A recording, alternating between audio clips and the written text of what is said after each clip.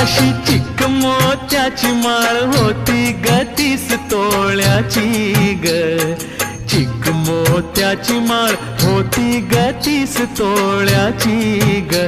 जसा गणपतीचा गोंडा चौरंगी लाल बावटा ग, गणपतीचा गोंडा चौरंगी लाल बावटा ग.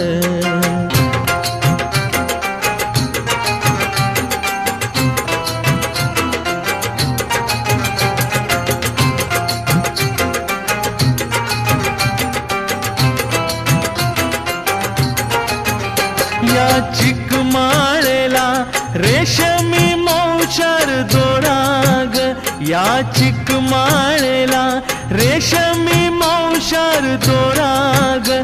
मऊ रेशमाच्या दोऱ्यात नवरंगी माळ ओविली